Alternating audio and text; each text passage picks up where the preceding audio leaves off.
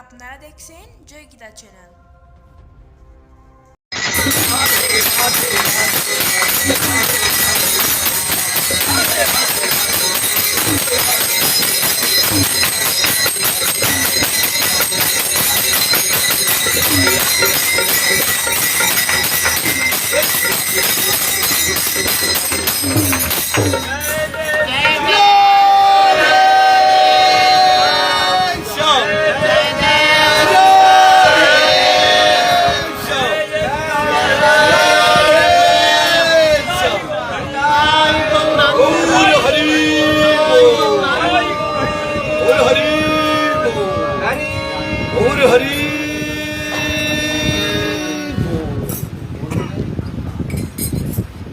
भैया अपने अपने मोबाइल बंद कर रहे हैं, बीच में किसी का मोबाइल ना बजे सत्संग के लिए।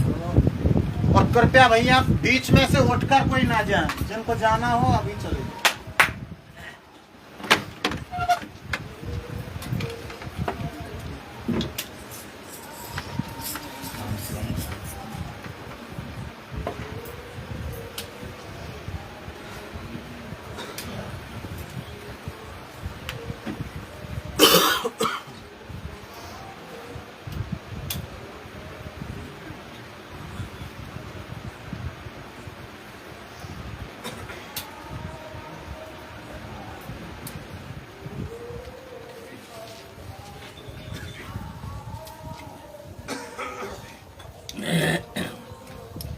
जय जय श्री राम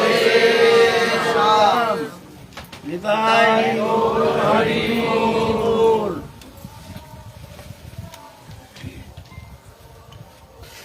हमारे आलोच्य विषय चल रहा है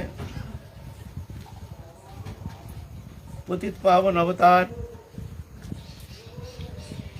कलियुग पावन अवतार, भुवन मंगल, अखिल रसामृत सिंधु, प्रेम पुरुषोत्तम श्री कृष्ण चैतन्य महाप्रभु के जीवन चरित्र, उनकी मंगलमय जीवन गाथा वाणी के द्वारा थोड़ा आलोचना करके अपने को पवित्र करने का प्रयत्न कर रहे हैं। तत्सहित उनके अमृतमय लीला कथा श्रवण करके अंतःकरण के एक शुद्धिकरण करने का प्रयत्न करेंगे। उनकी कृपा प्राप्ति के लिए प्रार्थना करेंगे, क्योंकि वो प्रेम कृपा सापेक्ष, साधन सापेक्ष नहीं। वो प्रेम एकमात्र कृपा से ही प्राप्त करना संभव, और कृपा है अहेतु की। लेकिन महाप्रभु इस कलियुग में आए हैं, क्योंकि जिसकी जो वस्तु है वो नहीं देने से कैसे मिल सकता है। जो हमारे वस्तु है हम ही दे सकते हैं, दूसरे पे थोड़ी दे सकता है। हाँ, जो प्राप्ति किया है, थोड़ा सा उनकी प्रेम की छटा प्राप्त करने में समर्थ हुए हैं, वो जो महापुरुष है, बस उनकी कृपा से जा करके साधक उनकी चरण कमल आश्रय करके, उनकी शरणागत होकर के वो प्रेम उपलब्धि करने में समर्थ हो सकते हैं। ये कृपा लब्ध है ना। महत कृपा बिना कोनो कर्मे भक्ति न आए, कृष्ण भक्ति दूरे रहू संसार ना जाए खाए। भगवान ये जो प्रेम, ये कृपा जो है महत के पास रखे, अपने पास नहीं। महत्पुरुष जो है ये कृपा करते हैं, वो जाकर के वो प्रेम किंचित आस्वादन करने का समर्थ हो सकते हैं। नहीं तो अपने चेष्टा के द्वारा, साधन के द्वारा वो प्रेम प्राप्त करना संभव नहीं है। साधन के द्वारा तो ये संसार बंधन से मुक्त हो सकता है। साधन के द्वारा चित जगत में अनुप्रवेश कर सकता है, भगवान को ऐश्वर्य प्राप्त कर सकते हैं। साधन के द्वारा अष्ट सिद्धि नवनिधि प्राप्त कर सकते हैं। साधन के द्वारा भगवत दर्शन भी हो सकता है। लेकिन वो प्रेम प्राप्ति के लिए चाहिए कृपा। जैसे बच्चा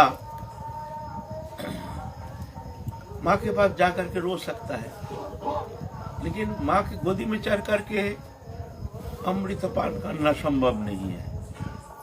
माँ गोदी में उठा लेंगे, उठा करके तब जा करके माँ वो अमृत प्रदान करते हैं, है ना, वो भी ढक करके।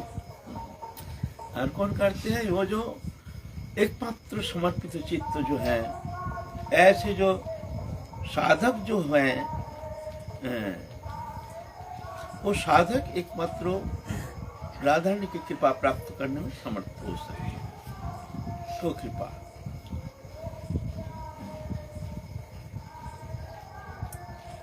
तो साधन क्या करते हैं? साधन लेके पहुंचा देते हैं कृपा के द्वार तक। ये नहीं साधन के द्वारा कुछ नहीं होता है। साधन के द्वारा जीव का जो अनादिकाल का जो संसार बंधन है, बहिर्मुखता, ये बहिर्मुखता दोष है भगवत अंश जीव, लेकिन माया से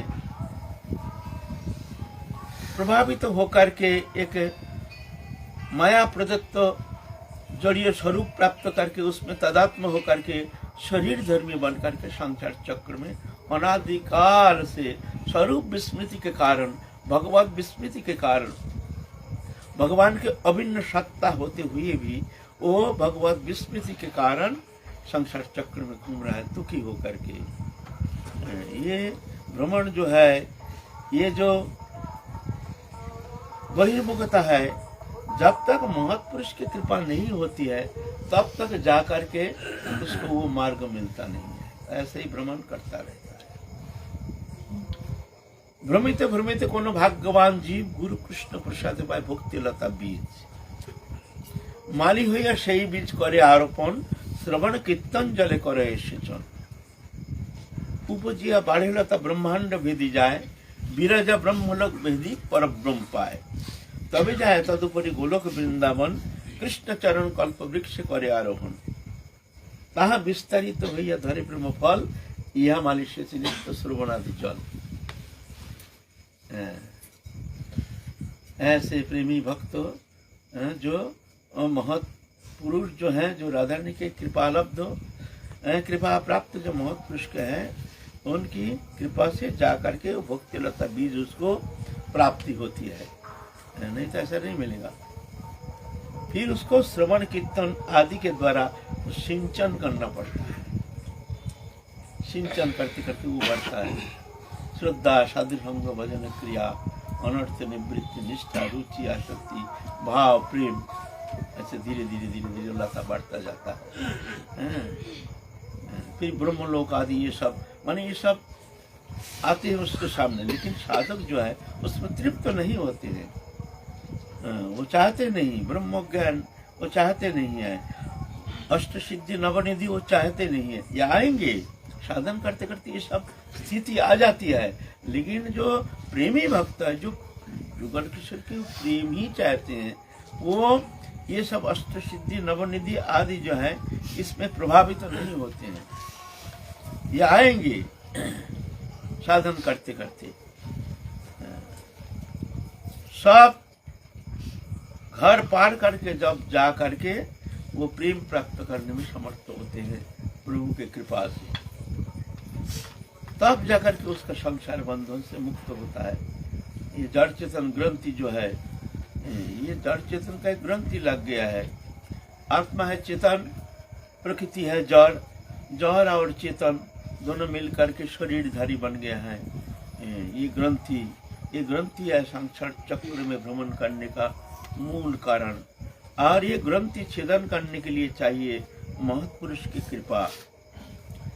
तो महत्पुरुष की कृपा, वही महत्पुरुष वो कृपा कर सकते हैं जो वो प्रेम नामक पदार्थ वस्तु जो है वो प्राप्त करने में समर्थ हुए हैं।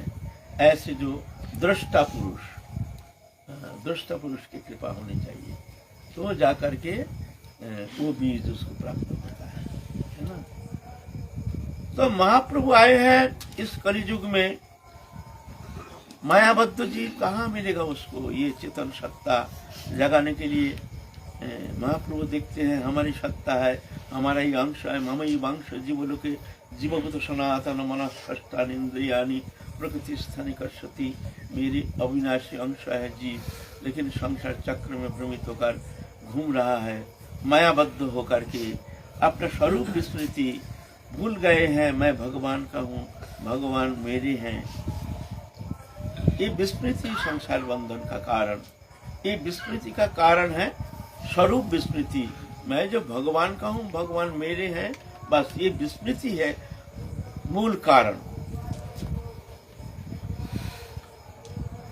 ये संसार जो है ये मायामय है, ये दृश्यमान है,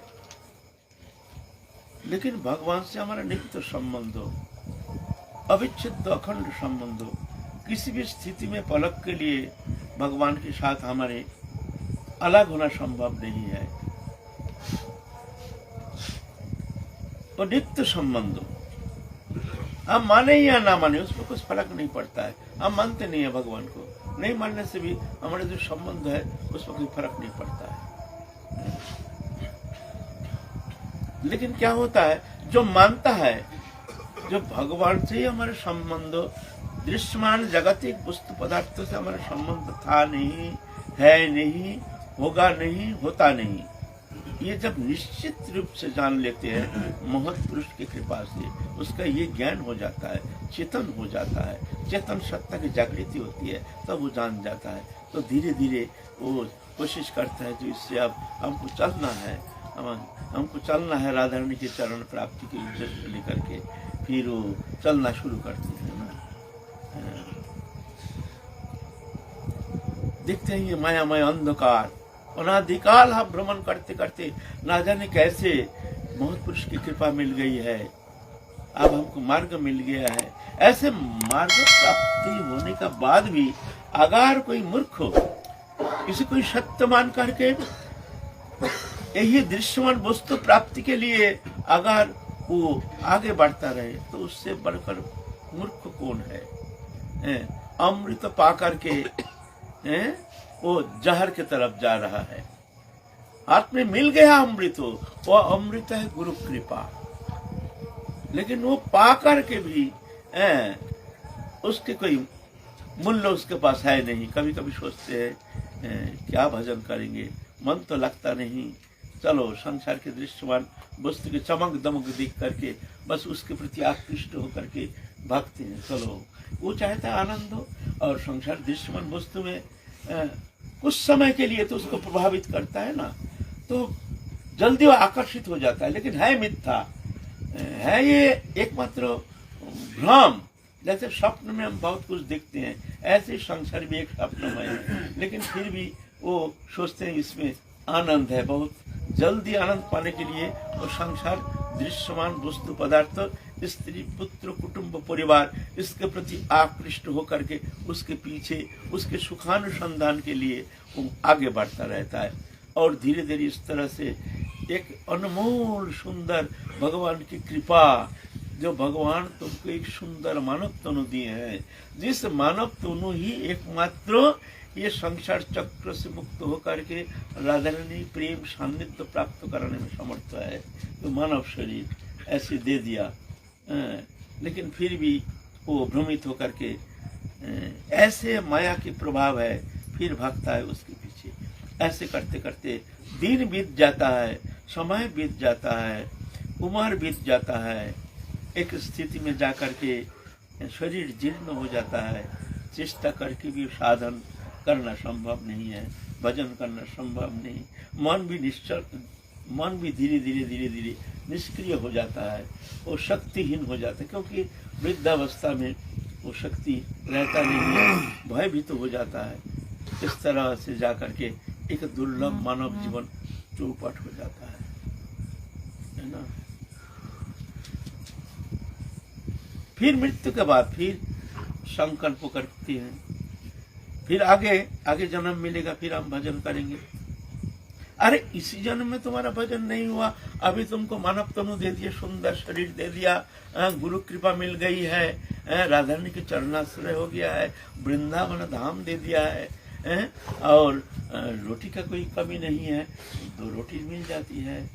फिर भी हम ऐसे तो विश्वास तो है नहीं ना आगे मिलेगा। चलो इस जन्म तो गया, आगे जा करके हमको भजन करेंगे, फिर राधा रानी के चरण कमल प्राप्त करके मुक्त हो जाएंगे। अरे अभी जो दुर्लभ मानव जीवन मिल गया है, इसका तुमने फायदा नहीं उठाया, और भविष्य में आगे जन्म मिलेगा, उस शुभ दिन की इंतजार में तुम वर्तमान को नष्ट कर रहे हो। इससे बढ़कर मूर्खता क्या है? हम भी उसके अंदर एक मूर्ख है, ऐसा नहीं है ना।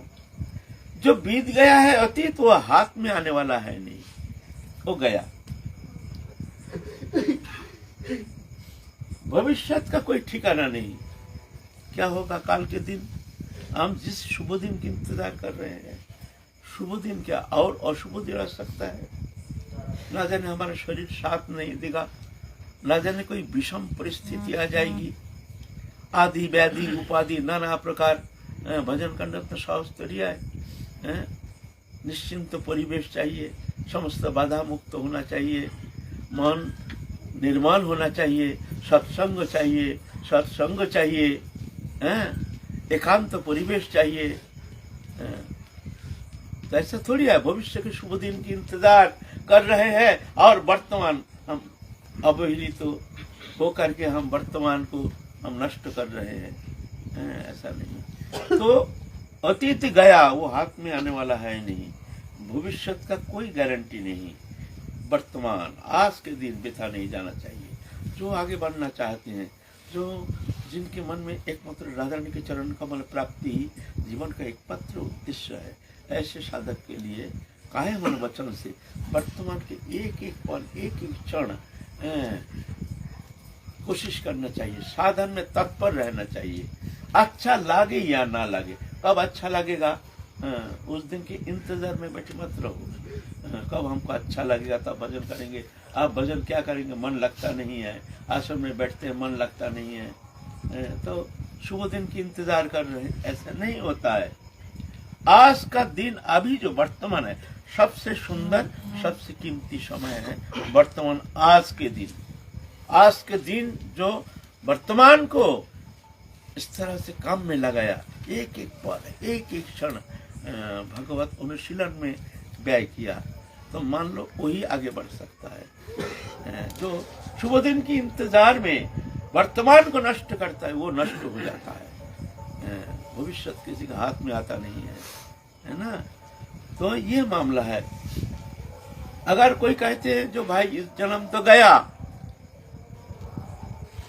आगे इस जन्म तो बहुत बाधा विपत्ति, स्त्री पुत्र परिवार है, झमेला है, माया संसार है, इस जन्म तो हमारे वृथा गया, चलो आगे जन्म मिल जाएगा फिर भजन करेंगे। बोले ऐसा अगर तुम्हारे मन में संकल्प है ना, तो तुम एक काम करना, सुबह कल जब उठोगे ना, निद्रा से जागृत होने का बाद तुम ऐसे मान लेना, जो हमको जिस जीवन के हम इंतजार कर रहे थे भविष्य के, उस आज वो दिन आ गया हमारे सामने। आज जो प्रभात है वो दिन की सूचना लेके आए हैं, माने हम उसी दिन प्राप्त हो गए। अब चल के देखो,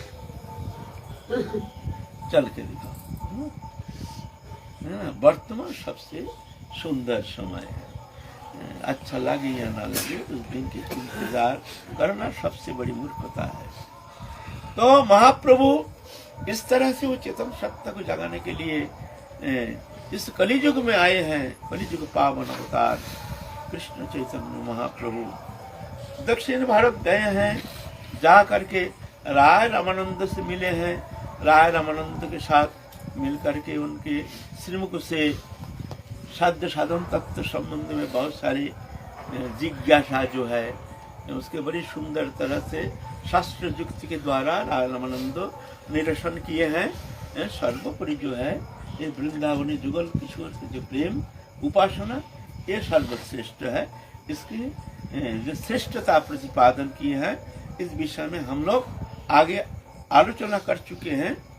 अब पुनरावृत्ति नहीं करेंगे, आगे चलेंगे। महाप्रभु की राय रामानंद से विदाई लेकर के राय रामानंद को कह रहे हैं, महाप्रभु जो तुम आ जाना, हम नीलाचल आएंगे दक्षिण भारत भ्रमण करके, फिर तुम आना, फिर एक साथ रहेंगे, एक साथ हम लोग कृष्ण कथा प्रसंग में दिन व्यतीत करेंगे। कृष्ण कथा जो है, हरि कथा जो है, ये जो सत्संग है, ये सबसे मानव जीवन का सबसे उत्तम स्थिति है जो सत्संग मिल जाता है। बिन सत्संग ना हरि कथा, तेह बिन मोह न भाग, मोह गए बिन राम पद होए न दृढ़ अनुराग। सत्संग तो महाप्रभु कहते हम लोग सत्संग करेंगे, सत्संग में रहेंगे। मत चित्त मत गत प्राण बुदांत परस्परम, कथांत मांगनिक तुष्यन्ति च रमन्ति च, तेषां सतत युक्तानां भजतां प्रति गुरुवकम, ददामि बुद्धि योगं तं येन माम उपजान्ति। ऐसे जो प्रेमी भक्त जो आपस में हरि कथा कीर्तन करते हैं, श्रवण करते हैं, उसमें रमन करते हैं, और उसमें रस प्राप्त करते हैं, तो ऐसे जो सत्संग है ये बहुत दुर्लभ है। राय रामानंद कहते हैं, प्रभु हम आपके संग जब मिल गया है, ऐसे संग मिल जाए तो हम धन्याति धन्य हो जाएंगे। प्रभु हम सबसे निवृत्त होकर के हम आ रहे हैं। ऐसा करके राय रामानंद से अपने राजा जो है उनसे इस्तीफा पत्र दे दिए, जो हम जा रहे हैं, अब हमको नौकरी करना है नहीं। इस तरह से इस्तीफा दे करके राय रामानंद सीधा चले गए हैं जगन्नाथपुरी की तरफ। और महाप्रभु समस्त तीर्थ भ्रमण करते करते, तीर्थ पर्यटन तो एक बहाना है, उनके उद्देश्य है कृष्ण प्रेम सर्वत्र, ये शक्ति संचार करके सबके भीतर ये जुगल प्रेम के बीज इसको रोपण करना है। राधा कृष्ण प्रेम उपासना ये उद्देश्य है। ये प्रेम वो शक्ति संचार करते हैं। महत्पुरुष क्या करते हैं? वो शक्ति संचार करते हैं। महत कृपा भिन्न कोनो कर्म में भक्ति न है, कृष्ण भक्ति दूरे रहो संसार ना जाए खाए। महत्पुरुष की कृपा बिना भक्ति मिलना तो बहुत दूर की बात है। ये जो संसार है ये नष्ट होना मुश्किल है, ये भी महत कृपा सापेक्ष है। ये संसार बोले संसार नष्ट हो जाएगा, हमारा घर मकान दुकान जल जाएगा, स्त्री पुत्र सब मर जाएगा। भाई ये आप कैसे कहते हैं संसार? हम संसारी जीव है और कहते हैं संसार नष्ट होना चाहिए। बोले संसार उसको नहीं कहा जाता है, आप लोग भूल समझ रहे हैं, सब भूल समझ रहे हैं। पहले भ्रम को मिटाइए, हम संसारी नहीं है। संसार उसको कहा जाता है जिसके मन में भोग वासना, भगवान छोड़ के दृश्यमान जागतिक वस्तु पदार्थ के प्रति जिनके मन में आसक्ति है, वो है संसारी। संसार निवृत्ति माने भोग वासना मुक्त होना है। ये नहीं तो संसार छोड़ने से वो त्यागी हो जाता है। संसार छोड़ने से त्यागी नहीं होता है, संसार में रहने से भोगी नहीं होता है। संसार क्या करता है? संसार उसका बंधन का कारण नहीं होता है। अगर राधा रानी के चरण में उसका मन है तो जंगल उसका क्या सुधर सकता है? अगर मन में भोग वासना है तो मन ही कारण है। हम संसारी नहीं है। पहले तो भजन पीछे करना चाहिए, छोड़ देना चाहिए। हम संसारी नहीं है, हम संसार में रहते हैं, स्त्री पुत्र कुटुंब परिवार लेकर रहते हैं, लेकिन हम संसारी नहीं। यह हमारी ड्यूटी है, नौकरी है। प्रभु हमको नौकरी दे दिए हैं, जन्म दिए हैं, उनकी इच्छा, संसार उनकी है, हम उनके दास हैं। हमारे द्वारा प्रभु अपने कर्म करा रहे हैं, उनका कर्म करा रहे हैं हमारे द्वारा। हम दास हैं। दास बन के कर्म करोगे तो कर्म तुम्हारा बंधन का कारण नहीं, कर्ता बन के कर्म करोगे वो कर्म तुम्हारा बंधन का कारण बन जाएगा। बस दास बन जाओ, प्रभु को मालिक बना दो, तो जा करके संसार तुम्हारा बंधन का कारण नहीं। तुम संसारी नहीं हो, हम त्यागी नहीं है। दोनों भूल शब्द,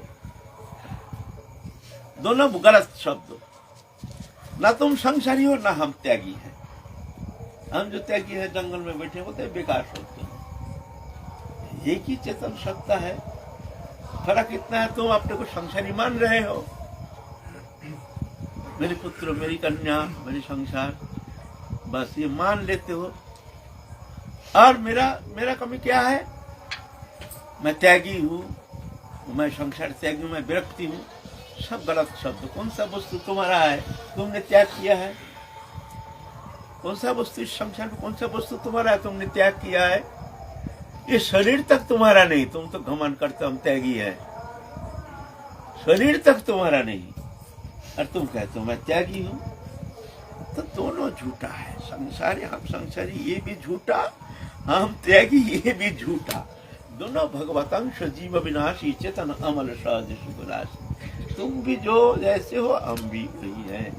दोनों ही भगवान से हमारा नित्य संबंध हो, लेकिन विस्मृति के कारण, अहंकार के कारण, अभिमान के कारण तुम अपने को गृहस्थी मान रहे हो, हम अहंकार के कारण अपने को त्यागी मान रहे हैं। हम बड़े साधु मान रहे हैं, हम बड़े महात्मा मान रहे हैं, बड़े महंत मान रहे हैं, बड़े भजनानंदी मान रहे हैं। ये सब झूठा है, दोनों झूठा है। संसार में रह करके भी परम जोगी बन सकते हैं और जंगल में रह करके भी परम भोगी बन सकते हैं। अंतःकरण वृत्ति, इंद्रिय वृत्ति नहीं है, अंतःकरण की मामला है ना। तो इस तरह से महाप्रभु कहते हैं, रामानंद तुम आ जाओ, हम लोग जा करके एक साथ सब सत्संग करेंगे। सत्संग में रह करके खूब राधा कृष्ण जुगल लीला रस आस्वाद करेंगे। तो महाप्रभु इस तरह से पूरा दक्षिण भारत भ्रमण करते हुए, नाना तीर्थ भ्रमण करते हुए, समस्त जोगी, न्यासी, कर्मी, ज्ञानी इन लोगों के सानिध्य में आकर के इनको अपने मत पथ को भुला करके अपने प्रेम मार्ग में ले आए हैं। और महाप्रभु के प्रेम सानिध्य प्राप्त करके ये सब कृतकृत्य हो गए हैं। जो हम लोग कहाँ जंगल में भ्रमण करते थे, कहाँ कर्मकांडी, कहाँ ज्ञान मार्गो, कहाँ सब ये प्रेम, महाप्रभु के प्रेम, ये माधुर्य जो उपासना, जो कि भगवान सबसे प्रियतम, हम भगवान मान करके हम उपासना तरी करते हैं। जो भगवान है, प्रभु है, वृंदावनी उपासना, हमारी वृंदावनी उपासना। भगवान थोड़ी है, हमारे सबसे प्रियतम, सबसे निकटतम प्रेमी, हमारे मित्रों, हमारे सखा, हमारे बंधु, भगवान के साथ ऐसे एक अपनापन, एक तदात्मता, एक परम प्रियता, एक परम आत्मीयता, ये भावनात्मक, ये क्रियात्मक नहीं, ये भावनात्मक। इसके लिए कोई प्रिपरेशन की जरूरत नहीं है। ये एक भावना, गृहस्थ में रह करके भी अगर किसी ने ऐसे भावना लेकर के उपासना करते हैं तो हो गया काम, है ना। एक भावना, वास्तव में सत्य है और भगवान इसी में ज्यादा प्रसन्न होते हैं। ये उपासना जो है, भगवान कहते हैं अपने को बड़ा मानते हैं, हमको अपने को छोटा मानते हैं, हमको भगवान मानते हैं। ऐसे प्रेम जो है ये हमको बंधन नहीं कर सकता है। अपने को बड़ा मानते हैं, हमको छोटा मानते हैं, बोलते है उसके प्रेम हमको बंधन कर सकता है। प्रिया यदि मान करी करे भर्सन वेद स्तुति होती हरे मोर मन। राधा रानी या राधा रानी सखियां जब मानिनी होकर कृष्ण को गाली देते हैं, बोलते हैं वो वेद स्तुति से भी अधिक कृष्ण का अंतःकरण जो हरण करने में समर्थ है, भगवान उसको इतना प्रसन्न होते हैं। यह आत्मीयता, परम आत्मीयता, परम प्रियता, ऐसे जो उपासना है, हम भगवान तो नहीं मानते हैं, हमारे सबसे प्रियतम, हमारे सबसे निकटतम, बस ये सत्य है। ये कल्पना नहीं, ये कल्पना करके हम उपासना करते हैं, ये कल्पना नहीं, ये सत्य मान करके हम चल रहे हैं। ये उपासना ऐसी है। तो ये जो ब्रजोपासना पद्धति, ये एकमात्र ब्रज में ही है। ब्रजरस आश्रय करके, ब्रज रस के संत के चरण कमल आश्रय करके, जो इस तरह से भावना लेकर के राधा रानी के चरण कमल में तन मन समर्पण करके, उनको कर्ता मान के, अपने को दास मान करके जो ये उपासना करते हैं, तो राधा रानी की कृपा से बहुत जल्दी वो प्रेम प्राप्त करके नित्य लीला में प्रवेश करने का अधिकार प्राप्त हो जाता है। सरल एक समर्पण, सरल उपासना, इसके प्राण केंद्र है समर्पण, है ना। तो इस तरह से महाप्रभु कृपा करके ये शक्ति संचार करके जगत जीव को कृतकृत्य करने के लिए महाप्रभु अवतीर्ण हुए हैं इस कलि युग में। मंजरी भाव उपासना पद्धति, प्रेम तो पंचम पुरुषार्थ प्रेम का तो विशाल व्याख्या है। एक ऐश्वर्यमय उपासना, ऐश्वर्यमय प्रेम, एक माधुर्यमय प्रेम, माधुर्यमय प्रेम के अंदर भी सखी उपासना, ये जो दास्य सुख वात्सल्य मधुर, ये सब प्रेम उपासना पद्धति। उसके अंदर साधारण सामंजस्य सामर्थ्य रति, सामर्थ्य रति के अंदर भी सम्मुख इच्छामयी तद्भव इच्छामयी, तद्भव इच्छामयी के अंदर भी ये जो मंजरी स्वरूप उपासना है, ये इससे भी बढ़कर आगे है, हट करके है। बस आपने ससुख उपासना रही, एकमात्र राधा रानी की सुख संपादनी उनके एकमात्र उद्देश्य। अपने इच्छा, अपने रुचि, अपने आनंद के कोई कोनो प्रकार अनुसंधान नहीं। एक मंजरी एक दिन सेवा करते करते राधा रानी की वो चरण संभावन कर रहे हैं, तो पंखा करते करते पंखा गिर गया, एकदम भाव में विभावित होकर के पंखा गिर गया, पंखा गिर गया। बस तो राधा रानी तो जाग गई, और मंजरी अपने को धिक्कार दे रही है। जी जी जी, धिक्कार ऐसे आनंद को, धिक्कार ऐसे। हम सेवा का बाधक बन गए हैं। देखो, हम राधा रानी को सुख देंगे ना, अपना आनंद में तल्लीनता के कारण, तन्मयता के कारण हमारे हाथ से पंखा गिर गई और राधा रानी जग गई। उफ, इतना दुखी हो गई है, फुट फुट के रो रही है। हम सेवा के लायक नहीं हैं, हम राधा रानी के सुख संपादन में हम अनुपयोगी हैं। ऐसे ये उपासना ऐसे है। राधा रानी की सुख संपादन ही उनकी अखिल चेष्टा, ये मंजरी उपासना पद्धति।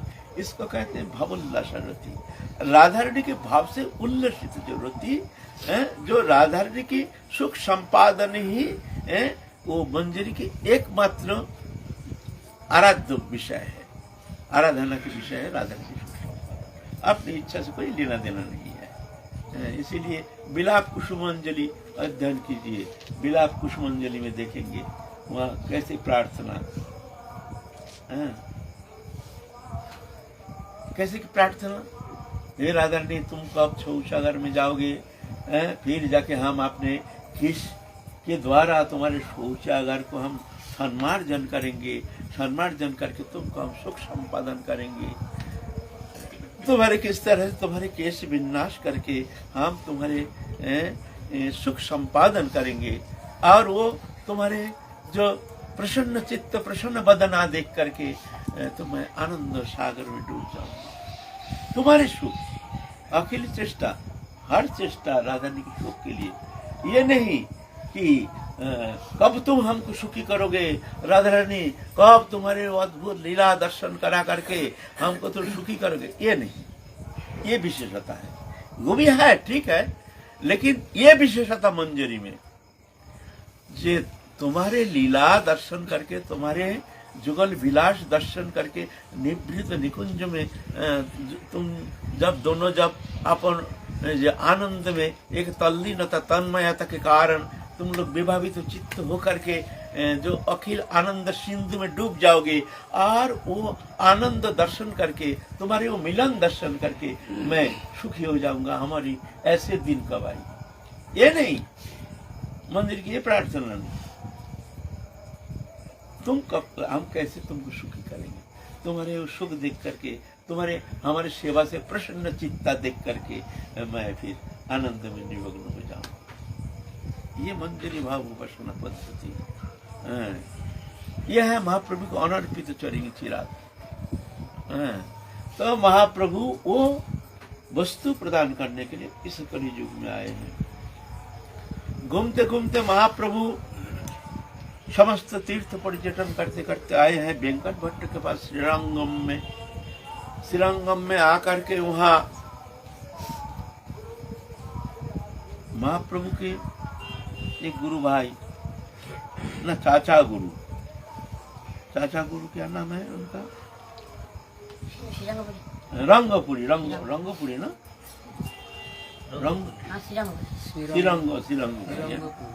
श्रीरंगपुरी। अचानक महाप्रभु भ्रमण करते करते साधु त्यागी है सन्यासी है, भ्रमण करते करते श्रीरंगपुरी के पास गए हैं। वहां रहते हैं दक्षिण भारत में, बहुत प्रेमी भक्त हो। तो उनसे मिलते ही महाप्रभु एकदम अष्टसात्विक विकार से विकारित हो रहे हैं। जब ये प्रेम की छटा किसी भक्त के अंदर किंचित मात्र संचरित होता है तो जाकर के कुछ शारीरिक विकार पैदा होता है। ये स्वाभाविक ही, चेष्टा करके नहीं, बा ये दिखावा नहीं, बा ये और कुछ नहीं है। पुष्रुकम पुलक शेद वैवर्ण सर्वभंग स्तंभ मूर्छा प्रलय आदि सब अष्टसात्विक विकार से विकारित हो जाता है।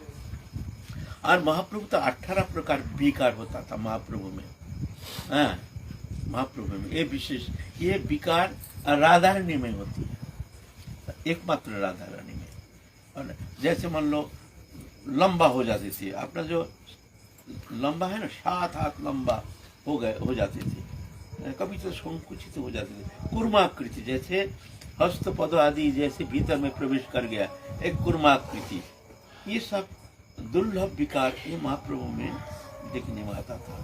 तो महाप्रभु से जब संग कर रहे श्रीरंगपुरी, तो उनके भाव विकार देख करके समझ गए हैं। तो वो बोलते हैं भाई ये जो वस्तु देख रहे हैं, हम तो इतना तीर्थ भ्रमण करते हैं, पर्यटन कर रहे हैं, लेकिन ऐसा प्रेम विकार तो शायद लगता है तुम मेरे गुरु संपर्कित हो, नहीं तो हमारे गुरु संपर्कित बिना ये प्रेम तो हम तो कहीं है नहीं।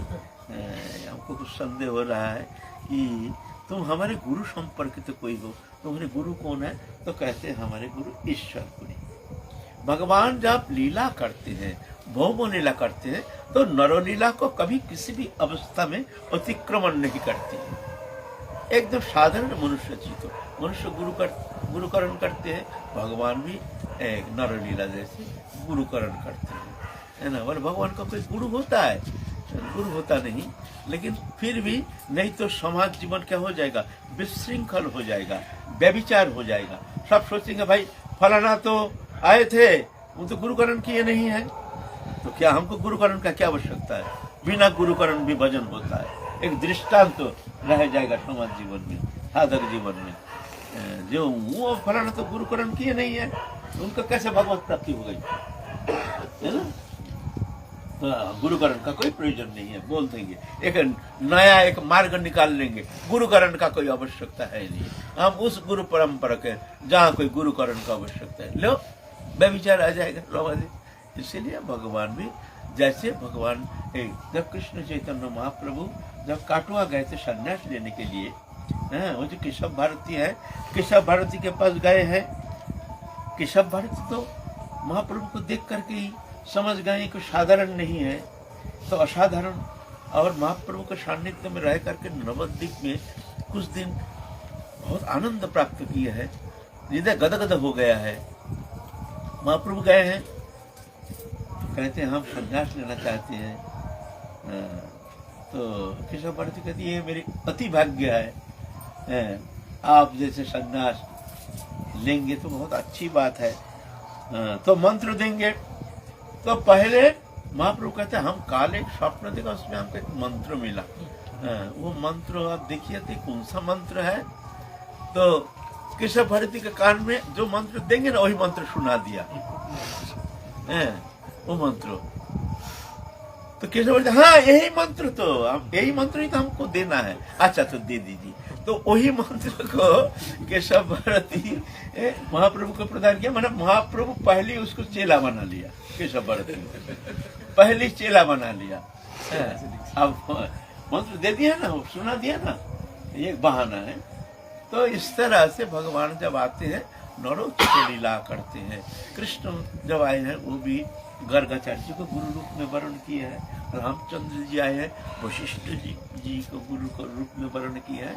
ये होता है, इसका मतलब ये नहीं जो वो गुरु है, गुरु तो जगत गुरु, जगत गुरु भगवान कृष्ण वंदे जगत गुरु, जगत गुरु तो एक मात्र कृष्ण है। तो भगवान इस तरह से गुरुकरण किया है। तो श्रीरंगपुरी देख करके उनके भाव दशा देख करके बहुत चमत्कृत हो गए। इतना सुंदर भाव दशा, आहा दुर्लभ। ये तो हमारे गुरु संपर्कित तो माधवेंद्र पुरी, ये जो माधवेंद्र पुरी है ना, ये प्रेम के सूत्रधर है। ये पहले जब आए हैं ये माधवेंद्र पुरी, उनके अंदर ये प्रेम कुछ झलक देखा गया। खैर वो मंजरी स्वरूप उपासक नहीं थे। जब माधवेंद्र पुरी ऐसे ही बादल देख करके कृष्ण ब्रह्म होता था और अश्रुकंप पुलक ये सब माधुर्य जी उपासक थे। खैर माधवेंद्र पुरी या हमारे जो परंपरा है मध्याचार्य संप्रदाय परंपरा, लेकिन मध्याचार्य संप्रदाय का उपासना का नाम लेशा ही नहीं, वो अलग हमारे अलग। लेकिन फिर भी परंपरा दिखाने के लिए हम लोग कहते हैं, क्योंकि ये चार संप्रदाय है ना, ये परंपरा से नहीं मानने से चार संप्रदाय में उनकी स्वीकृति होती नहीं है, और चार संप्रदाय स्वीकृति नहीं होने से उसको छप्पा नहीं लगता है, जिसको जो खानदानी वैष्णव माना नहीं जाता। संप्रदाय विहीना मंत्र निष्फल मता, ये शास्त्र में से कहे संप्रदाय विहीना जो मंत्र है वो तो निष्फल है। तो ये परंपरा दिखाने के लिए मध्याचार्य हम लोग लिखते हैं मध्य गौरीय संप्रदाय, लेकिन मध्याचार्य से उनकी उपासना से हमारे उपासना का किंचित मात्र कोई संबंध नहीं। वो नारायण उपासक और कर्मकांडी। महाप्रभु एक बार गए थे दक्षिण भारत, तो वहां जाकर के उनसे तर्क वितर्क भी हुआ था। तो महाप्रभु ने खंडन बंडन करके उनको राधा रानी जुगल किशोर उपासना वृंदावनी उपासना का श्रेष्ठता प्रतिपादन करके उनको दिखाए हैं। तो उन लोग भी बहुत चमत्कृत हो गए। तो बोलते हैं हम लोग तो ऐसे ही हम लोग उनको मिला मार्ग, तद अनुसार हम लोग भजन करते हैं। तो इस तरह से तो माधवेंद्र पुरी से ये टारण हो गया, अलग हो गया, मार्ग अलग हो गया। माधवेंद्र पुरी का ऐसा नहीं था।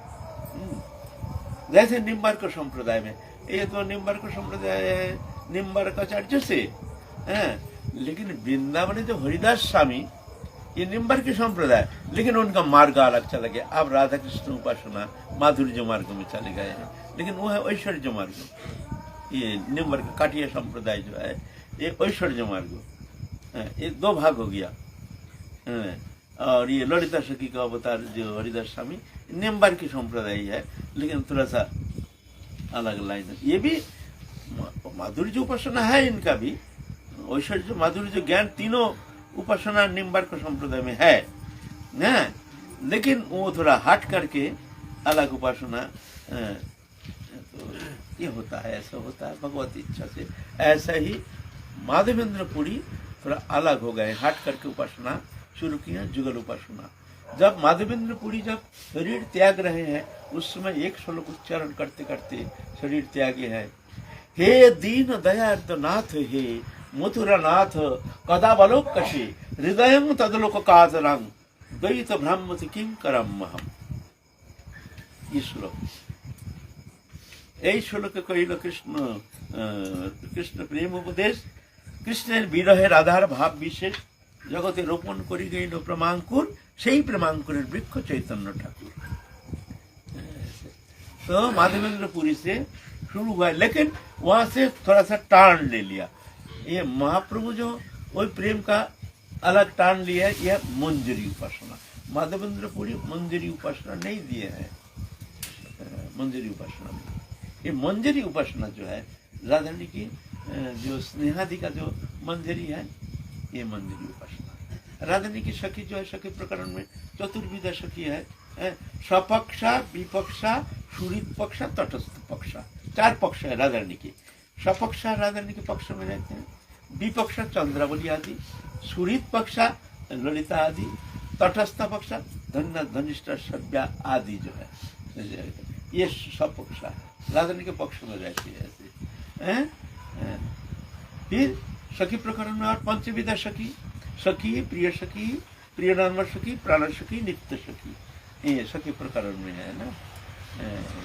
तो ये जो मंजरी है ये नित्य सखी, एक दो है, एक प्राण सखी है, नित्य पार्षद जो हमारे अष्ट सखी मंजरी है, रूप मंजरी, रति मंजरी, विलास मंजरी, कस्तूरी मंजरी, मंजुली मंजरी, रस मंजरी, गुण मंजरी, लवंग मंजरी, ये अष्टधा मंजरी, यह है नित्य मंजरी, प्राण सखी कहते हैं इनको। और साधक से, साधक दशा से, यहाँ जो गुरु प्रदत्त मंजरी स्वरूप प्राप्त करके जो वो स्वरूप, ये स्वरूप जो है वो स्वरूप साधन साध्य नहीं, राधारणी की कृपा प्रदत्त, राधारणी वो स्वरूप देती है, उस स्वरूप में जा करके ये जीव चैतन्य सत्ता यहाँ से मुक्त होकर, मुक्ति के बाद ये वो स्वरूप में जा करके सच्चिदानंद वो स्वरूप में विलय हो जाता है, विलय होकर तदात्म होकर के वो स्वरूप सिद्धि होती है। यह है अशुद्ध सत्व, ये पंचभौतिक शरीर अशुद्ध सत्व, अशुद्ध सत्व का नो क्यों ना, ये शरीर है सब गंदगी, रस, रक्त, मांस में अस्थि, मज्जा, शुक्र, सप्त धातु से बना, एक एक वस्तु शरीर का निकाल दे, हमारा जो उपादान, जिस उपादान से पंचभौतिक शरीर है, ये उपादान अगर एक एक वस्तु को खोल दिया जाए तो इसमें जो धातव पदार्थ निकलेगा वो सब गंदगी है, रस, रक्त, मांस, अस्थि, रस, रक्त, मांस, मेद, अस्थि, मज्जा, शुक्र धातु से बना और परिवर्तनशील, पल पल में परिवर्तन हो रहा हमारे भीतर, आणविक परिवर्तन, शैशव, बाल्यपन, किशोर, यौवन, ये परिवर्तनशील ये हो रहा, ये परिवर्तनशील शरीर हो रहा है ना। तो ये अशुद्ध सत्व और शुद्ध सत्व है जीव चैतन्य सत्ता, वो शुद्ध है भगवत अंश जीव अविनाशी, ये शुद्ध सत्व। और वो जो मंदिर स्वरूप है वह विशुद्ध सत्व, उससे भी ऊपर विशुद्ध सत्व। श्रीमती समा सबे देह वेद मात्र, एक प्राण एक आत्मा सबे राधा तंत्र, श्रीमती समा वो विशुद्ध सत्व। और वो राधा रानी कृपा प्रदत्त, राधा रानी के कृपा बिना ये भजन सिद्धि होना संभव नहीं है, लाख साधन करो, विशुद्ध सत्व ये मंदिर स्वरूप का स्वरूप। ये महाप्रभु वहां से टान ले लिए है, माधवेंद्रपुरी से टान ले लिए है, लेकिन वो माधवेंद्रपुरी की परंपरा से आते हैं महाप्रभु, ये विशेषता है भगवान है। तो हमारे ये जनरेशन चल रहा है कितने नंबर पे, हम तो है 16 नंबर पे।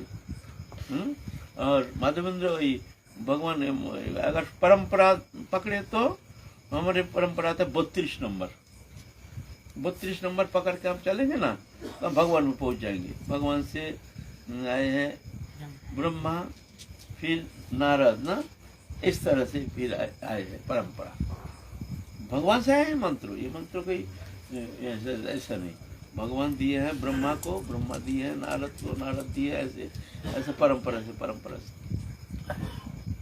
तो श्रीरंगपुरी वो ये प्रेम विकार देख करके बहुत ही प्रभावित हो गए, कहते हैं तुम हमारे गुरु से संबंधित हो, नहीं तो ये प्रेम विकार तो पता भी कुत्रा भी ये दिखने में आता नहीं है। तो कहते हाँ हम हमारे गुरु है ईश्वरपुरी है माधवेंद्रपुरी के शिष्य, और माधवेंद्रपुरी के शिष्य है ये श्रीरंगपुरी। तो परिचय दिया, हाँ मैं भी तो उस परंपरा की हूँ। तो महाप्रभु का चाचा गुरु हो गया ना, चाचा गुरु भी। हाँ तो कहते हैं हम एक बार गए थे, आप कहाँ के रहने वाले हैं ना, हम नवद्वीप के रहने। ओहो हम तो नवद्वीप गए थे एक बार हमारे गुरु जी के साथ। बोले माधवेंद्रपुरी थे बंगाली, माधवेंद्रपुरी शरीर से बंगाली थे, इसलिए बंगाल में लगा था। और माधवेंद्रपुरी ही हमारे महाप्रभु परंपरा के ये जो पूर्ववर्ती जो है ना सबको दीक्षा दिए, जैसे अद्वैताचार्य प्रभु, सीता माता, फिर मान लो ऐसे बहुतों को दीक्षा दिया है। पुंडरीक विद्यानिधि ना, ऐसे बहुत को दिए हैं। बंगाली है ना, बंगाल में जाते थे कभी कभी। तो एक बार जगन्नाथ मिश्र के घर गए थे, वहाँ जाके सोची माता बहुत रंधन कार्य में बहुत निपुण थी, बहुत सुंदर रसोई करती थी। और बंगाल में रसोई का तो थोड़ा ज़्यादा ही विशेषता है, इधर तो है नहीं, इधर तो चटनी फट्टी से खा लेंगे। बड़े बड़े करोड़पति घर में एक चटनी एक रोटी। हाँ, बंगाल में एक भिखारी वो 3 प्रकार सब्जी बनाएंगे। बंगाल में खाएंगे नहीं, 3 सब्जी बिना तो खाएंगे नहीं। बोले इतना सब्जी कहाँ मिलता है? बोले सब्जी वहाँ जो गरीब है ना, लता पता ऐसे है ना, बहुत प्रकार का लता पता का सब्जी होता है, बहुत प्रकार। इधर लता पता उतना है नहीं, बंगाल में से लता पत्ता बहुत प्रकार का है। जो जंगल में घूमने से 5-7 प्रकार का तो सब्जी बन जाएगा, भी पैसा चाहिए नहीं, ऐसे ही हो जाएगा, संग्रह हो जाएगा। तो बंगाल में खाने पीने का थोड़ा सा चस्का ज्यादा लेते हैं। इधर एक ब्रजभाषी कहते हैं, ग्राम्य वार्ता कहते हैं, ब्रज बंगाली खाते हैं छाई, पहनते हैं बंगाली ना, खाते हैं सोना, पहनते हैं छाई। छाई माने राख। बंगाली खाते हैं सोना और पहनते हैं राख, और ब्रजवासी खाते हैं राख, पहनते हैं सोना। घर में देखो बहुत पैसा, लेकिन ऐसी बात है। तो बंगाली खाने में बहुत माहिर है, उनको बहुत रसोई बहुत प्रकार का। तो ये माधवेंद्रपुरी जब गए थे तो सोची माता उनको बहुत प्रकार का रसोई करके खिलाए थे। उसमें श्रीरंगपुरी में उनके साथ होने का कारण वहाँ बहुत मूचा का घंट, केला का फूल होता है ना, उसका इतना सुंदर सब्जी बनता है। अगर कोई बनाने वाला हो ना, जो एक बार अगर किसी ने खा लिया जीवन भर भूल नहीं सकता है ना। केला है ना, केले के सामने जो मोचा कहते हैं उसको है, उसका फूल से बनता है सब्जी। इधर नहीं आती, प्रचलन है नहीं, उधर बंगाल में ऐसे खूब प्रचलन है। मोचा घंटो कहते हैं उसको। तो मोचा घंटो खाए थे। तो बोलते हाँ, हम एक बार गए थे बंगाल में, वहाँ वो जगन्नाथ मिश्र नाम के एक ब्राह्मण है, उनके घर में हमने मैया ने बहुत सुंदर मोचा घंटो बनाए थे। मोचा घंटो खा करके आज भी भूल नहीं पाते हैं। हम वहाँ गए थे। बोलते हाँ, वो जगन्नाथ मिश्र तो हमारे पिता है। बोला अच्छा, तो उनका एक बेटा संन्यास लेके आए थे इधर। बोलता हाँ हाँ, वो हमारे बड़े भाई। तो बड़ा खुशी हो गए। फिर बताया तुम्हारे बड़े भाई यहाँ पर ही शरीर त्याग दिए। तो फिर जा करके बड़ी प्रसन्नता के साथ वो 3-4 दिन उनके पास रहे। उसके बाद गए हैं वेंकट भट्ट के घर। वेंकट भट्ट के घर रह करके वहाँ भी परम वैष्णव थे, लेकिन ऐश्वर्य मार्ग की उपासना और महाप्रभु में माधुर्य मार्ग की उपासना, लेकिन आपस में परम मित्र हो गए हैं। तो वेंकट भट्ट ने आग्रह किया है कि आप 4 मास यहाँ चतुर्मास यहाँ रहिए, रह करके आप भजन कीजिए। तो महाप्रभु भी वहाँ चतुर्मास, उनका ही पुत्र है गोपाल भट्ट गोस्वामी। गोपाल भट्ट बहुत सेवा करते थे महाप्रभु के। 4 मास सेवा करके महाप्रभु इतना प्रसन्न किया, और वो भी इतना प्रभावित हो गए बचपन में ही सेवा करते करते। महाप्रभु की कृपा से उसके अंदर ऐसे प्रेम, ऐसे कृष्ण प्रेम से विभावित चित्त, ऐसे दिखने में ऐसे अद्भुत अल्प उम्र के बालक, किंतु इतना सुंदर, इतना उनके भीतर कृष्ण प्रेम देख करके महाप्रभु बहुत खुशी हो गए। महाप्रभु जब आएंगे तो गोपाल भट्ट गोस्वामी कहते हैं प्रभु हमको ले चलिए, बालक था। तो महाप्रभु कहते हैं अभी नहीं, तुम माता पिता का सेवा करो। अभी माता पिता का सेवा किए बिना, अगर माता पिता है और माता पिता को दुखी करके कोई अगर संकट छोड़ के भजन करना चाहते हैं, सिद्ध होना मुश्किल है। सत्य बात। उनको महाप्रभु ये शिक्षा दिए हैं। महाप्रभु बार बार बोले हैं देखो माता पिता का सेवा करो पहले, और रह करके गृहस्थ आश्रम में। जब रघुनाथ दास गोस्वामी भी जब आना चाहते थे तो मरकट वैराग्य ना करिए लोग देखाया, যথাযোগ্য বিষয় ভঞ্জ অনাসক্ত হইয়া অন্তরে নিষ্ঠা করি বাহিরে লোক ব্যবহার, অবশ্য কৃষ্ণ তোমায় করিবেন उद्धार। तो महाप्रभु ऐसे शिक्षा देते थे। तो बोले अभी नहीं, तुम माता पिता का सेवा करो, माता पिता को प्रसन्न करो, उसके बाद तो चले आना वृंदावन में। वृंदावन में आकर के फिर भजन करना। तो गोपाल भट्ट गोस्वामी इंतजार कर रहे थे माता पिता की सेवा करते हुए, कब हम वृंदावन चलेंगे। फिर महाप्रभु दक्षिण भारत भ्रमण करके श्रीरंगपुरी उनसे विदाई लेकर के भट्ट जी से विदाई लेकर के अब दक्षिण भारत यात्रा समाप्त करके महाप्रभु अब चलेंगे जगन्नाथपुरी की ओर। इस तरह से महाप्रभु सबसे विदाई लेकर के महाप्रभु जा रहे हैं, देख करके सब इतना रोना शुरू किए हैं, सब रो रहे हैं। ऐसे तो प्रेम पुरुषोत्तम है, फिर भी उनके सान्निध्य प्राप्त करके साक्षात पूर्ण ब्रह्म सनातन, उनके सान्निध्य प्राप्त करके कौन ऐसा मनुष्य है जो कि चित्त को धारण करने में समर्थ हो सकते हैं। वो तो प्रभावित हो ही जाते हैं। तो ऐसे रोना शुरू किए हैं। फिर महाप्रभु सबको कृपा संचार करके सबको आश्वस्त करके फिर सबसे विदाई लेकर के महाप्रभु चलेंगे अब जगन्नाथपुरी की ओर। रघुनाथ भट्ट को कहते तुम चिंता नहीं करना, तुम आ जाना, समय पर आ जाना वृंदावन में, वृंदावन आकर के तुम रहना। ऐसा करके महाप्रभु धीरे धीरे चल करके आए हैं अलालनाथ। अलालनाथ आकर के सब संवाद दिए हैं सबको, जो हम आ गए हैं। आप महाप्रभु से मिलने के लिए सब भक्त लोग चातक पक्षी जैसे इंतजार कर रहे थे, कब महाप्रभु आएंगे।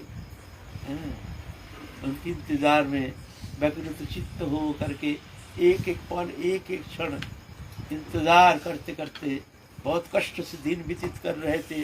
अब वो संवाद जब आ गया तब उनके आनंद की लहर आ गया भीतर में। सब दलबद्ध होकर के जा रहे हैं, महाप्रभु को संभाषण करके खातिर करके आदर करके उनको आह्वान करके ले आने के लिए जा रहे हैं। हम लोग भी चलेंगे काल महाप्रभु को दर्शन के लिए जगन्नाथपुरी, हम लोग भी चलेंगे। हाँ, फिर महाप्रभु के साथ आज पता है विश्राम, आज महाप्रभु अलालनाथ विश्राम करेंगे। रात हो गया ना, अब रात महाप्रभु कहीं नहीं जाएंगे, अब एक विश्राम करेंगे। हम लोग भी आज कहीं नहीं जाएंगे, काल फिर महाप्रभु के साथ चलेंगे जगन्नाथपुरी। जय जय। Subscribe to our YouTube channel.